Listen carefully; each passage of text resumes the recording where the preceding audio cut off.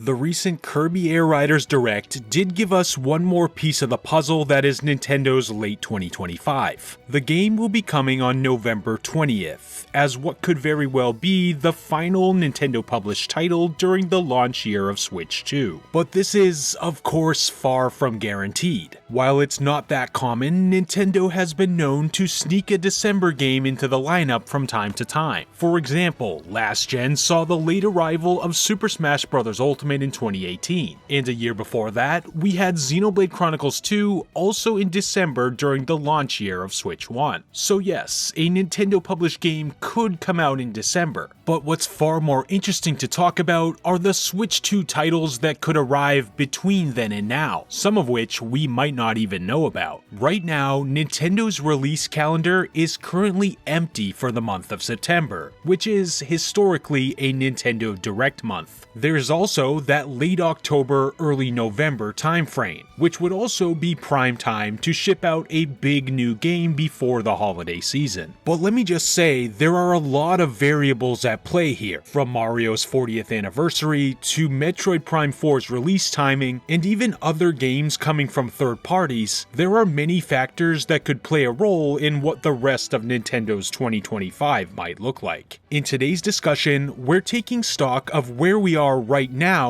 during this irresistibly intriguing launch year for Nintendo Switch 2. We'll speak about how we might not have seen all of its surprises yet, and I'll give a prediction/educated guess about how the news rollout might go, and brand new titles that we might get our hands on before the end of this calendar year. While I might jump around a bit, I think the best way to start looking at this is month to month. Seeing as we're at the end of August and we have Kirby and the Forgotten Land Nintendo Switch 2 Edition plus Starcross World to close out the month, the next step is to look forward to the currently wide open month of September. Now let me preface this by saying it's quite common for Nintendo to take a month off from first-party game releases. It happens all the time throughout the course of any given year, so a dry September wouldn't be anything out of the ordinary. But aside from, of course, wanting to keep momentum strong during a console launch year, for various reasons, this September is looking like a little too juicy of an opportunity to not have a surprise something come to Switch 2. Reason 1, we're coming off of a relatively light August. While enhancing and adding new content for one of the very best Switch 1 games is exciting, the Forgotten Land Switch 2 Edition is still only a re-release. And while I love to see a new first-party IP join the market in Dragon Drive, that game was never going to be one of Nintendo's marquee titles for the launch year. Looking at it this way, September could really use a big surprise title to fill in the gap. Sure, Metroid Prime 4 Beyond could arrive in September. It seems far off because we don't have a release date, but we know it's coming this year, and I highly doubt Nintendo would have featured it in 2 separate directs and have a demo playable to event crowds if they were anticipating any sort of delay. Call me crazy, but I think one big reason we haven't seen a release date for Prime 4 yet is because it won't even be the next Metroid title we have headed to Switch 2. Let me paint a picture for you. Remember the last time Nintendo released a highly anticipated 4th game in a series that was generations in the making? That game was Pikmin 4. And remember what happened exactly a month prior to Pikmin 4's release on July 21st of 2023? That was the day of the June 21st General Nintendo Direct, one that revealed the Pikmin 1+2 collection, which shadow dropped on Nintendo eShop that day. Since Pikmin 3 Deluxe was already on Switch, this release made it so the entire series prior to Pikmin 4 was made available for anyone who wanted to catch up on the series before its newest entry.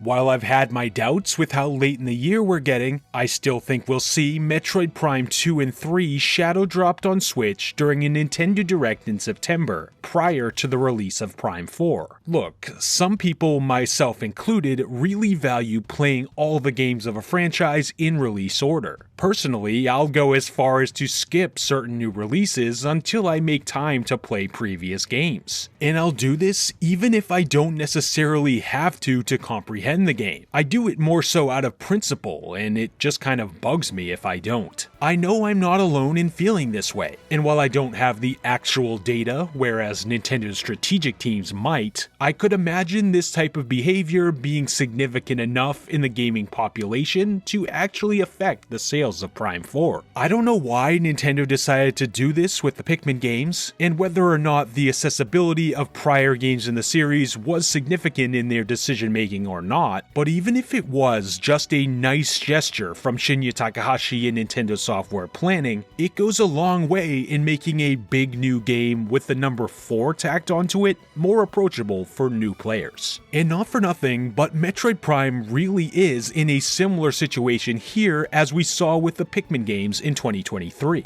The remastered Pikmin 3 Deluxe was already playable on the console, just like Metroid Prime Remastered is right now. For me though, I don't think our September game will be just a Prime 2 and 3 double pack. That sounds a little odd to me, with those being the second and third games in that series. Instead, I'm imagining a re-release of Metroid Prime Trilogy, a collection of all 3 games originally on Nintendo Wii, given the new control methods present in Metroid Prime Remastered. I'm also imagining a Nintendo Switch 2 edition, which would provide a resolution boost along with mouse control options for all 3 games. I'd imagine this release to be something along the lines of Pikmin 1+2, higher definition ports rather than the full-on overhaul that was Metroid Prime Remastered. While not the only possibility for a September game, I do see Metroid Prime Trilogy Nintendo Switch 2 Edition as the most likely direct shadow drop. If this were to happen, then what about Prime 4's actual release date? I would have to imagine, just like Pikmin 4, it would launch just about 1 month later. And in this case, I'd even give it more time, since Pokemon Legends ZA will need space to breathe when it arrives on the 16th of October. If we get the trilogy in September, then I think the earliest we'd see Prime 4 arrive is on October 30th, in that Halloween window we've seen occupied by past games such as Luigi's Mansion 3 and Bayonetta 3. But pushing Prime 4's release this far past Pokemon leads to a different concern: proximity to Dragon Quest 1 and 2 HD 2D Remake's release on October 30th, a game that will undoubtedly be a much bigger deal in the Japanese market. A same-day launch, or even in adjacent weeks, could see both games cannibalize both sales and attention, especially for those who might only have the time or budget for one of these at release. That being said, Dragon Quest is a much bigger deal in Japan, and historically, Metroid, especially the American-developed Metroid Prime, isn't as successful in Japan as it is with the Western audience. Thinking about it this way, maybe releasing Prime 4 during the height of Dragon Quest fervor wouldn't be quite the deal breaker it appears to be at first glance. But beyond just a general direct, reason 2 why I think September could be huge is the Super Mario Bros. Series 40th anniversary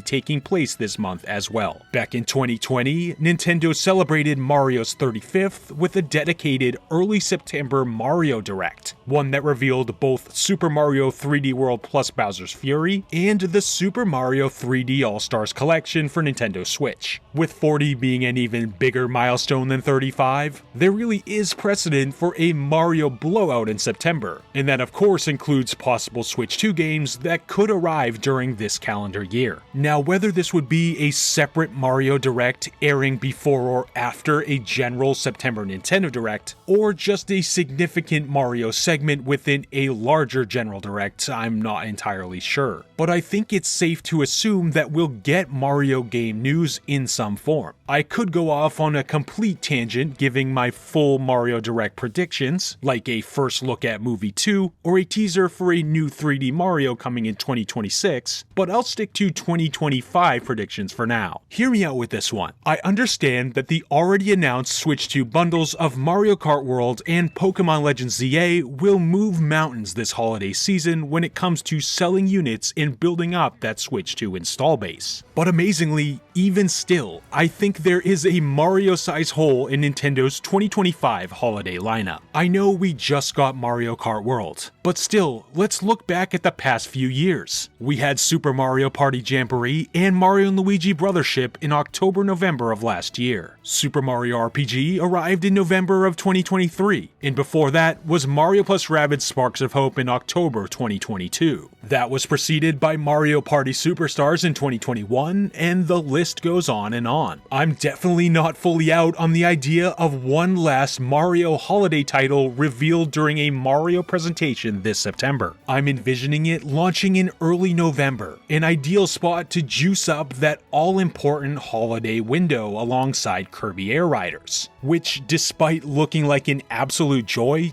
doesn't have the same sales potential. While currently rumored titles like a Super Mario Galaxy 2 remake or even a new Super Mario Bros. Collection would be fantastic, even a Switch 2 edition of Super Mario Bros. Wonder could do great here. What I think could really supercharge the Black Friday window during this all-important Switch 2 launch year is yet another 3D All-Stars collection, this time a Nintendo Switch 2 edition. Give me Mario 64, Sunshine, and Galaxy, and then add the sorely missed Galaxy 2 to the commemorative collection this time. Give them all a higher resolution and offer Switch 2 exclusive mouse controls for both Galaxy games, and in an instant, we'd have optimized versions for some of the most beloved 3D Mario games, all readily available on Nintendo Switch 2. Talk about a system seller. I can only imagine the fearsome three-headed Gleeok that would be the Mario Kart World Bundle, the Pokemon Legends ZA Bundle, and the Super Mario 3D All-Stars Nintendo Switch 2 Edition Bundle when it comes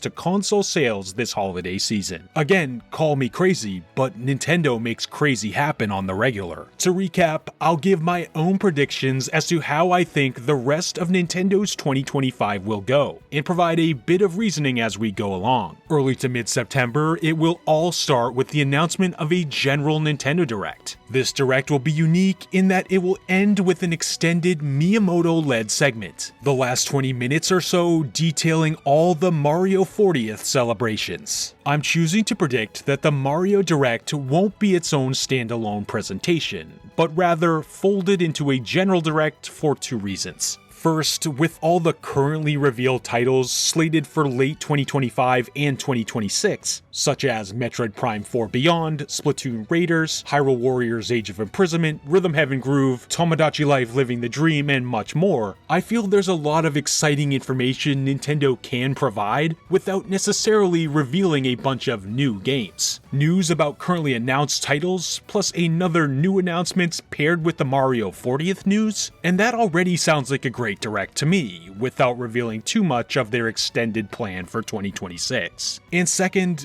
between movies, merchandise, and new games, I'm sure there will be more than enough news to fill out a dedicated Mario Direct. That's not why I'm consolidating the two September presentations. The reason I don't think they'll have them separately is to avoid potential Nintendo Direct fatigue. If the Mario Direct is its own presentation, and we're having a September General, that would be two Nintendo Directs in very quick succession. That's fine in itself, but if, say, Prime 4 is planned to have a dedicated Direct too, that then becomes 3 in quick succession, and maybe too much for the general audience to keep track of.